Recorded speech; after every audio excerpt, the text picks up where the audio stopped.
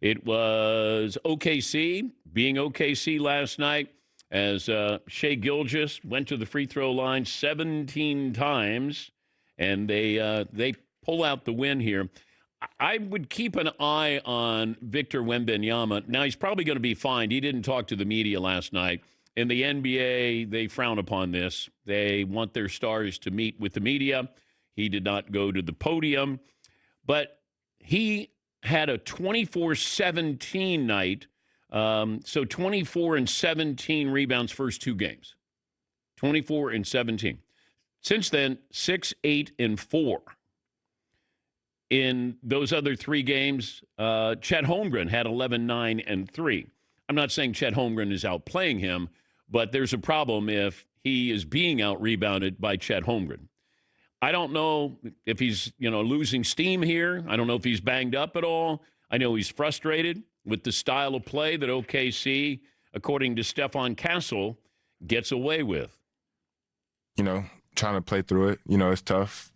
I just think with the way they guard, how physical they are, we don't get that same luxury to be able to play as physical on the other end at times. But offensively, I think we do a good job of screening and playing through it. So I think we create a lot of advantages, but I think we just missed a lot of open shots tonight.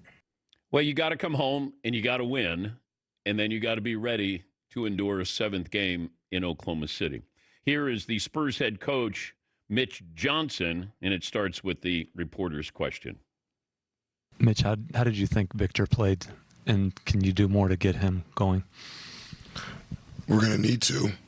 He's got to take more than 15 shots, even with the free throws, and he's going to have to score more than 20 points for sure. And so is that his aggression or game plan or a combination of both? Yeah, combination of both for sure. OKC did a good job. We got to do a better job. And that's probably the easiest in terms of when you just surface level stuff, that he'll definitely need to take more shots.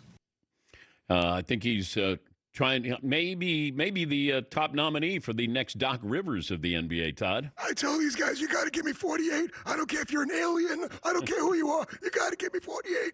The Thunder are getting over 50% of their points from their bench, the most by any team in a playoff series since 2020. And, you start to look at the physicality of this, and I'm okay with the physical nature. It's just sometimes you look at how they're being physical. And some of the calls last night against San Antonio were really questionable, in my opinion. I get it. At home, you're going to get some calls.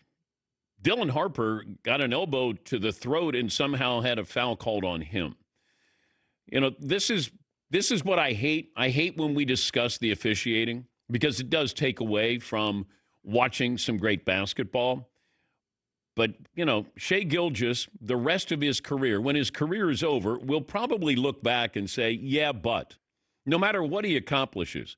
I hate that we do it, but OKC capitalizes, SGA capitalizes on this, that we will go, yeah, but he was a guy who was always flopping. He was a guy who was always, searching for fouls.